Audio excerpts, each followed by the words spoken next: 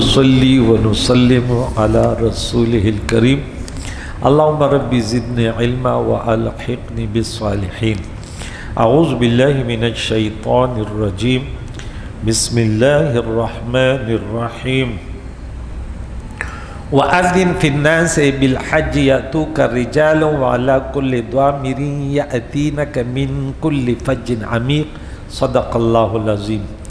سورہ حج کی 26 آیتیں ہو گئی۔ یہاں سے آگے حج کے بارے میں اللہ کریم فرماتا ہے اور لوگوں میں حج کا عام اعلان کر دو، وَأَذِّن اعلان کر دے فِي النَّاسِ لوگوں میں بالحج حج یاتوک آئیں گے آپ کے پاس رجالن پیدل، وَعَلَى كُلِّ ضَامِرٍ يَأْتِينَ اور آئیں گے آپ کے پاس کیسے آئیں گے؟ ہر دبلی اونٹنی پر، اور کہاں سے آئیں گے؟ کہاں سے آئیں گے؟ دور راستے سے، کل فج عمیق، دور دراز لوگ جگہ سے آئیں گے، لیشہدوا تاکہ وہ حاضر ہوں، منافع اپنے منفعتوں کے لیے، کیونکہ وہاں بہت فائدے ہیں نا حرمین شریفین میں حج کے لیے، لہم ان کے لیے، وَيَذْكُرُوا اسْمَ اللَّهِ اور فائدوں کے ساتھ ساتھ ایام معلومات اور معلوم دنوں میں اللہ کو یاد کریں۔ اس کی تشریح کرتا ہوں کہ معلوم دن کون سے ہیں، ٹھیک ہے؟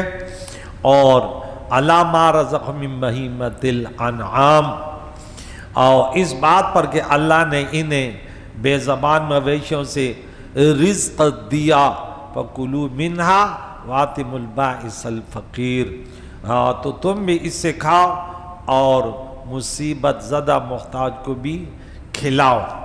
کعبہ شریف کی تعمیر کے بعد حضرت ابراہیم علیہ السلام کو حکم دیا گیا کہ آپ لوگوں کو میرے گھر آنے کی دعوت دے۔ جبل قبیس پہ کھڑے ہو کر آواز دی کہ آ جاؤ۔ چنانچہ حضرت ابراہیم علیہ السلام نے ابو قبیس پہاڑ پر چڑھ کر جہان کے لوگوں کو ندا کر دی کہ بیت اللہ کا حج کرو۔ اب بعض لوگ کہتے ہیں جو حاضر نہیں اس کو بلانا شرک ہے، تو وہاں بھائی جبل قبیس پہ کون تھے یار؟ ارے عقیدہ صحیح کرو، کوئی کمنٹ رکھو۔ کسی کو خدا اگر سمجھ لیا نا، پکارے نہ پکارے مشرک ہے۔ کسی کو تو نے بندہ سمجھ لیا کہ اللہ کا بندہ ہے، 1000 بار اس کو پکارو، کیا ہوتا ہے؟ پکارنے سے کوئی، تو نے تو شرک کی تعریف ہی غلط کر دی۔ ارے خدا کے بندے، اب عوام کو کیوں گمراہ کر رہے ہو؟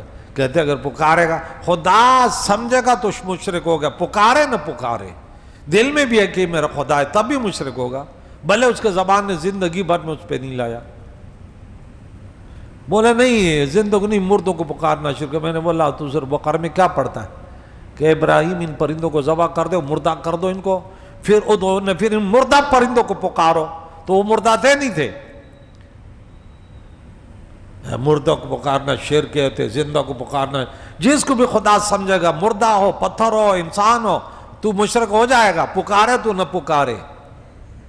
اب لوگوں کو پریشانی میں ڈال دیا کہ بھائی یہ خدا اس کو کہتے ہیں جس کو ہم تو بیوی کو بھی پکارتے ہیں، بیٹے کو بھی پکارتے ہیں۔ پکارنا تو مخلوق کے لیے ہے، انسانوں کو پکارے۔ اللہ کو اگر نیت سے پکارو گے جس سے انسان کو پکارتے مشرک ہو جاؤ گے یار۔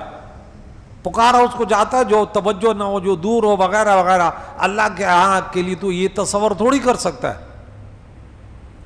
اب یہ بچہ مجھے دیکھ رہا ہے، میں اس کو پکاروں تو لوگ بولیں گے استاد جی کے دماغ میں کچھ گڑبڑ تو ہے۔ جب وہ دیکھ رہا ہے قریب ہے تو کیوں پکار رہے ہو؟ اللہ تو وَنَحْنُ أَقْرَبُ إِلَيْهِ مِنْ حَبْلِ الْوَرِيدِ، تیرے انسان تیرے شارک سے بھی یہ قریب ہے، تو پھر کیوں پکار رہا ہے؟ کوئی اعتراض کرے کیوں پکار رہے ہو؟ پھر تو جواب نہیں ہوگا، بولے یہ تو میں نے کبھی سوچا نہیں۔ ایک آیا نا میرے پاس، بولا یہ، میں نے بولا بھائی مخلوق کو پکارنا بات کی بات ہے، پہلے یہ بتاؤ کہ میڈک تو خدا کو کیوں پکارتا ہے؟ بولا کیوں؟ میں نے بولا کیا وہ دور ہے؟ کیا توجہ نہیں ہے تیرے ذہن میں جو اللہ کے علم ہے یا نہیں؟ بولا ہے۔ تو میں نے بولا پکارنے کی کیا ضرورت ہے؟ بولے ہیں؟ میں نے بولا جا پوچھ کیا استاد جی سے، یہ ہم اللہ کو کیوں پکارتے ہیں؟ میں نے بولا جواب لے کے آنا۔ ہاں تو کہتے مخلوق کو پکارا جاتا ہے بھائی، ہاں یا زیدو یا زینو پکارا جاتا ہے، ادھر آ بھائی۔ بولو مخلوق کو خدا نہیں سمجھو، یہ بات ہے نا، تو نے بس پکارنے پر بات آ گئی۔ اب سنیوں کے خلاف تو وہ سنی ذرا حضور علیہ الصلوۃ والسلام کے محبت میں یا رسول اللہ تو بس ان کو یہ آگڑ کے بس نبی کا نام محبت سے لے رہے ہیں، ان پر پابندی. یہ بھی غیر مسلموں کی سازش ہے کہ مسلمان کے دلوں میں شبہ ڈالو، کیونکہ یہ نبی کا نام لیتے تو یہ جذباتوں میں آتے ہیں، سب کچھ قربان کر لیتے. انسان اگر تکلیفیں بولے امی تو اس کے دل میں ایک جذبہ ہوتا ہے. اب تو ان کو یہ نہ اگر بس ان کو پابندی لگاؤ تاکہ دروازے کھل جائے، نبی کی محبت نکل جائے گی دلوں سے، نہ نام لیں گے نہ محبت بڑھے گی، بات ختم. اچھا، بیت اللہ کا حج کرو، سب کو پکارو. جن کی قسمت میں حج کرنا لکھا تھا انہوں نے اپنے باپوں کی پشتوں اور ماؤں کے پیٹوں سے جواب دیا لبیک اللہم لبیک، یعنی میں حاضر ہوں اے اللہ، میں حاضر ہوں. حضرت حسن رضی اللہ عنہ کا قول ہے کہ اس آیت اذن میں رسول کریم صلی اللہ تعالی علیہ وسلم کو خطاب ہے. چنانچہ حجۃ الوداع میں آپ صلی اللہ تعالی علیہ وسلم نے اعلان کر دیا اور ارشاد فرما کہ اے لوگو، اللہ کریم نے تم پر حج فرض کیا تو حج کرو. سب تک یہ دنیا کے کونے کونے ہر ایک کو پتہ ہے حجۃ الوداع میں حضور علیہ السلام نے کیا کیا باتیں کی، کیا باتیں.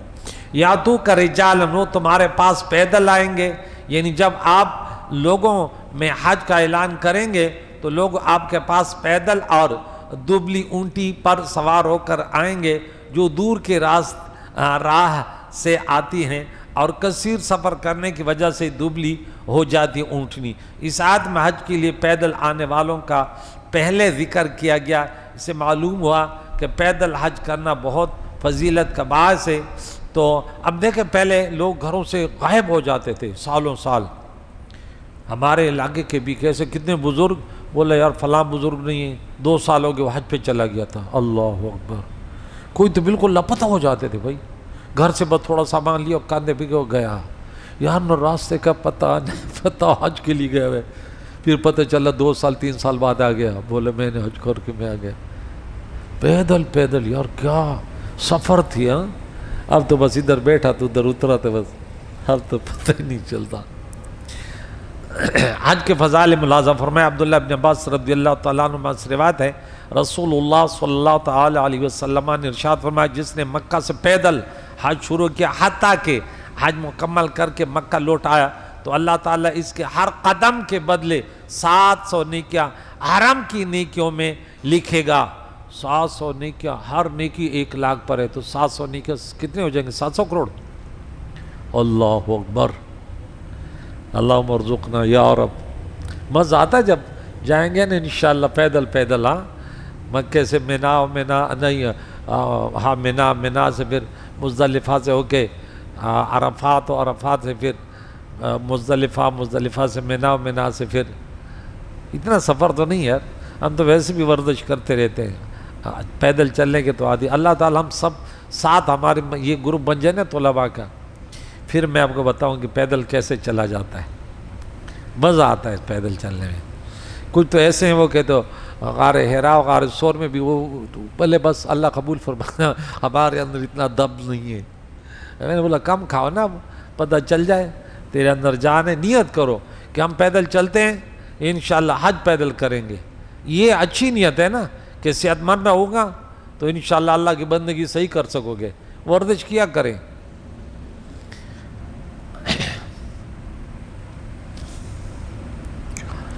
تو عرض کی گئی حرم کی نیکیاں کیا ہیں. ارشاد فرما ہر نیکی کے بدلے 1 لاکھ نیکیاں ہیں. حضرت عبداللہ بن عباس رضی اللہ عنہ سے روایت ہے حضور علیہ السلام نے ارشاد فرمایا سوار ہو کر حج کرنے والے کے لیے ہر اس قدم کے بدلے میں 70 نیکیاں ہیں جو اس کی سواری چلے، اور پیدل حج کرنے والے کے لیے ہر قدم کے بدلے حرم کی نیکیوں میں سے 700 نیکیاں ہیں. کسی نے عرض کیا یا رسول اللہ صلی اللہ تعالی علیہ وسلم حرم کی نیکیاں کیا ہیں؟ ارشاد فرمایا 1 نیکی 1 لاکھ نیکیوں کے برابر ہے. لیشہدوا منافع لہم، تاکہ وہ اپنے فوائد میں پر حاضر ہوں. اس سے پہلے آیت میں حج کرنے کا حکم دیا گیا اور اب اس حکم کی حکمت بیان کی جا رہی ہے. چنانچہ ارشاد فرمایا کہ حج لوگوں کے حج کہ ارشاد فرمایا کہ لوگوں کو حج کے لیے بلائیں تاکہ وہ حج کر کے اپنے دینی اور دنیاوی دونوں طرح کے فوائد حاصل کریں جو اس عبادت کے ساتھ خاص ہیں، دوسری عبادت میں نہیں پائے جاتے۔ اور اللہ کریم نے سورۃ نمبر 2 پارہ نمبر 2 آیت نمبر 200 میں وَمِنْهُمْ مَنْ يَقُولُ 201 میں وَمِنْهُمْ مَنْ يَقُولُ رَبَّنَا آتِنَا فِي الدُّنْيَا حَسَنَةً وَفِي الْآخِرَةِ حَسَنَةً وَقِنَا عَذَابَ النَّارِ، یا اللہ ہماری دنیا کو بھی آباد کر دے، حسنہ ہو، بھلائی ہو، اور آخرت میں دنیا میں بھی تو رہنا ہے نا، اس کے لیے بھی تو اسباب چاہیے۔ ہاں حج پہ جائیں گے تو کچھ تو چاہیے نا کہ کیسے جائیں گے۔ لیکن بہرحال میرے نبی کی ایسی امت ہے، اخلاص ہے تو 2 رکعت نفل پڑھنے سے بھی حج عمروں کا ثواب مل جاتا ہے۔ حج کرنے والوں کو دینی فائدہ تو یہ حاصل ہوتا ہے کہ اللہ تعالیٰ اس کے گناہ بخش دیتا ہے اور وہ گناہوں سے ایسے پاک ہو کر لوٹتا ہے جیسے اس دن گناہوں سے پاک تھا جب وہ ماں کے پیٹ سے پیدا ہوا تھا، ایسے حج کرنے سے گناہوں سے پاک ہو جاتا ہے۔ چنانچہ حضرت ابو ہریرہ رضی اللہ تعالیٰ سے روایت ہے، پیارے آقا دو جہان نے ارشاد فرمایا جس نے اللہ تعالیٰ کی رضا کے لیے حج کیا اور حج کے دوران کوئی فحش کلام کیا نہ فسق کیا تو وہ گناہ سے ایسے پاک ہو کر لوٹے گا جیسے اس دن تھا جب وہ ماں کے پیٹ سے پیدا ہوا۔ فَلَا رَفَثَ وَلَا فُسُوقَ وَلَا جِدَالَ فِي الْحَجِّ، جملہ خبریہ بمانے انشائیہ ہے، باقی تو اب سمجھدار ہیں کہ خبریہ کیا ہوتا ہے، انشائیہ کیا ہوتا ہے۔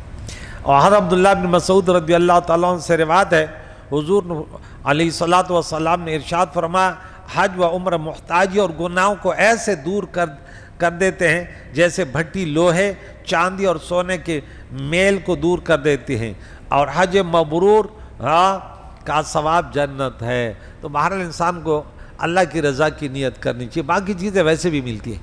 انسان گندم کاش کرتا ہے نا تو اسے اناج مراد ہوتی ہے، بھوسا ویسے بھی آ جاتا ہے، ایسی ہے نا، تو نیت اچھی کرے۔ ایسا نہیں کہ یار میرے اوپر تو بڑا غربت ہے، پیسے لے کے دیکھتا ہوں کہ غربت دور ہو جائے، پھر وہ ان میں آ جائے گا وَمِنْهُمْ مَنْ يَقُولُ رَبَّنَا آتِنَا فِي الدُّنْيَا وَمَا لَهُ فِي الْآخِرَةِ مِنْ خَلَاقٍ۔ اور دنیاوی فائدہ یہ ہے کہ حج کے دنوں میں لوگ تجارت کے مالی نفع بھی حاصل کر لیتے ہیں۔ وَيَذْكُرُ اسْمَ اللَّهِ فِي أَيَّامٍ مَّعْلُومَاتٍ، اور معلوم دنوں میں اللہ کے نام کو یاد کریں۔ کیا معنی؟ اللہ تعالیٰ کے نام یاد کرنے سے مراد یہ ہے کہ اللہ تعالیٰ نے حج کرنے والوں کو جو بے زبان مویشی اور اونٹ، گائے، بکریاں اور بھیڑ کے ذریعے رزق دیا، انہیں ذبح کرتے وقت وہ ان پر اللہ تعالیٰ کا نام لے۔ یہ مختلف معنی کہ کیا معنی ہے کہ اللہ کا نام لا یاد کرے ان معلوم دنوں میں۔ اچھا، یا اس سے مراد یہ ہے کہ اللہ تعالیٰ نے حج کرنے والوں کو جو بے زبان مویشی، اونٹ، گائے، بکری اور بھیڑ سے رزق دیا، اس نعمت پر وہ اللہ تعالیٰ کی حمد اور شکر کریں اور اس کی پاکی بیان کریں۔ معلوم دنوں سے کیا مراد ہیں اس کے بارے میں ایک قول یہ ہے کہ ان سے ذی الحج کے 10 دن مراد ہیں، ذی الحج کے 10 دن مراد ہیں۔ حضرت علی کرم اللہ اور حضرت عبداللہ ابن عباس اور حضرت حسن اور حضرت قتادہ رضی اللہ تعالیٰ عنہم کا قول ہے، اور یہی امام اعظم ابو حنیفہ رضی اللہ تعالیٰ عنہ کا مذہب ہے کہ یہ 10 دن مراد ہے۔ اس 10 دن میں خصوصیت کے ساتھ اللہ کو یاد کرو، جیسے ہم نے آیت نمبر 36 میں پڑھا سورہ توبہ میں کہ یہ 4 مہینے خصوصیت کے ساتھ اس میں اپنے اوپر ظلم نہ کرو۔ گناہ تو ہر وقت گناہ ہے، لیکن خصوصیت کے ساتھ ان دنوں میں اللہ کو یاد کرے، جیسے رمضان میں خصوصیت کے ساتھ انسان تلاوت اور عبادات کی طرف متوجہ ہو جاتے ہیں۔ اللہم ارزقنا یا رب۔ معلوم دنوں سے دوسری بات یہ بتا رہے ہیں کہ قربانی کے دن مراد ہیں، یعنی حضرت عبداللہ ابن عمر رضی اللہ تعالیٰ عنہ کا قول ہے، اور امام ابو یوسف اور امام محمد بھی اسی کے قائل ہیں کہ قربانی کے دن مراد ہیں 10، 11، 12۔ فَكُلُوا مِنْهَا، تو ان سے کھاؤ۔ دور جاہلیت میں کفار حج کے موقع پر جو جانور ذبح کرتے ان کا گوشت خود نہیں کھاتے تھے۔ اس آیت میں ان کا رد کیا گیا، مسلمانوں کو حکم دیا گیا کہ تم حج کے دنوں میں جو جانور ذبح کرو اس کا گوشت خود بھی کھاؤ اور محتاج فقیروں کو بھی کھلاؤ۔ یہاں کچھ شرعی مسائل تھوڑے۔ ہدیہ کس کو کہتے ہیں؟ اس جانور کو کہتے ہیں جو قربانی کے لیے حرم کو لے جاتے ہیں۔ یہ 3 قسم کے جانور ہیں، بکری، اس میں بھیڑ اور دمبا بھی داخل ہیں، گائے، اس میں بھینس بھی اسی میں داخل ہیں، اونٹ۔ اور قربانی کے جانوروں میں جو شرطیں ہیں وہ ہدیہ کے جانوروں میں بھی ہیں، یعنی قربانی اور حج کے جانور سیم ہو، ٹھیک ہے نا۔ مثلا اونٹ 5 سال کا، گائے 2 سال کی، بکری 1 سال کی، اور مگر بھیڑ اور دمبے 6 مہینے کا۔ اگر سال بھر والی بکری کی مثل ہو تو اس کی قربانی ہو سکتی ہے، اور اسے ہدیہ قربانی و حج کا بھی وہ کر سکتے۔ اور اونٹ گائے میں یہاں بھی 7 آدمیوں کی شرکت بھی حج کے دوران ہو سکتی ہے۔ حج تمتع والے کے لیے 1 اور حج قران والے کے لیے 2، حج افراد کے لیے 4۔ کتنے؟ کوئی بھی نہیں ہے۔ حج افراد وہیں والے کرتے ہیں نا جو وہاں رہتے ہیں۔ اچھا، ہدیہ یعنی قربانی کے لیے حرم میں لے جانے والا جانور اگر حج قران یا تمتع کی قربانی کا ہو تو قربانی کرنے کے بعد اس سے گوشت میں سے کچھ کھا لینا بہتر ہے۔ اسی طرح اگر قربانی نفلی ہو اور جانور حرم میں پہنچ گیا ہو تو اس کا گوشت بھی کھا سکتا ہے، البتہ اگر جانور حرم میں نہ پہنچا تو اس کا گوشت خود نہ کھا سکتا ہے، بلکہ اب وہ فقراء کا حق ہے۔ اگر وہ جانور حج قران، تمتع و نفلی قربانی کے علاوہ کسی اور جیسے کفارے کی قربانی کے لیے ہو تو اس کا گوشت خود نہیں کھا سکتا، اور جس قربانی کا گوشت قربانی کرنے والا خود کھا سکتا ہے وہ مالداروں کو بھی کھلا سکتا ہے، اور جس کا گوشت خود نہیں کھا سکتا وہ مالداروں کو کھلا سکتا ہے، اور نہ ہی اس کی کھال وغیرہ سے نفع لے سکتا ہے۔ ویسے قربانی کا تو لے سکتا ہے نا۔ ہدیہ کا گوشت حرم کے مسکینوں کو دینا بہتر ہے، اس کی نکیل اور جھول کو خیرات کر دیں، اور قصاب کو اس کے گوشت میں سے کچھ نہ دیں۔ ہاں اگر اسے صدقے کے طور پر کچھ گوشت دیں تو اس میں حرج نہیں ہے، لیکن مزدوری کی صورت میں اس کے گوشت سے نہ دیں۔ تو اللہ تعالیٰ یہ چند باتیں کل پھر مزید اس حج کے بارے میں پڑھیں گے انشاءاللہ کریم مولا ہمیں قرآن پاک پڑھنے ماہ رمضان میں، اور پورے اس کی برکت سے پورے 11 مہینے بھی قرآن پڑھنے اور اس کو سمجھنے کے لیے جد و جہد کرنے کی توفیق عطا فرمائے۔ وصلی اللہ محمد وصحبہ